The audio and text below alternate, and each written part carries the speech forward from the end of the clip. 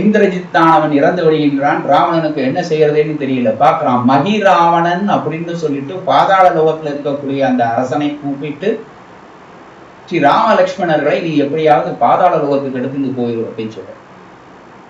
இவர்கள் உறங்கிய நிலையிலே இருக்கும் பொழுது மகிராவணன் ராமலட்சுமணர்களை கடத்தி கொண்டு நேரா பாதாள லோகத்துக்கு சொல்கின்றான். இது பிரித்திவாச்ச ராமாயணத்திலே.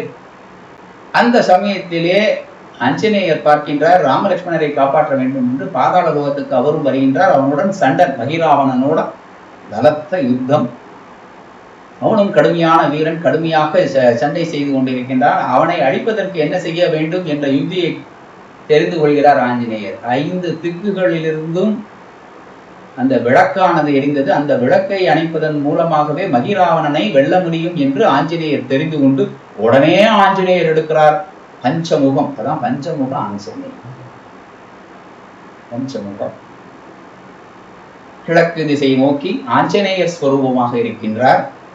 மேற்கு நோக்கி ஸ்ரீ கருடாழ்வார் ஸ்வரூபமாகவும், வடக்கு நோக்கி ஸ்ரீ வராகமூர்த்தி ஸ்வரூபமாகவும், தெற்கே நரசிம்மராகவும், மேல் திசையிலே ஸ்ரீ ஹயக்ரீவராகவும் அவதாரம் எடுத்து அந்த 5 விளக்குகளையும் அணைத்து விட்டு மகிராவணனை கொன்று ஸ்ரீ ராமலட்சுமணர்களை அழைத்துக் கொண்டு வருகிறார்.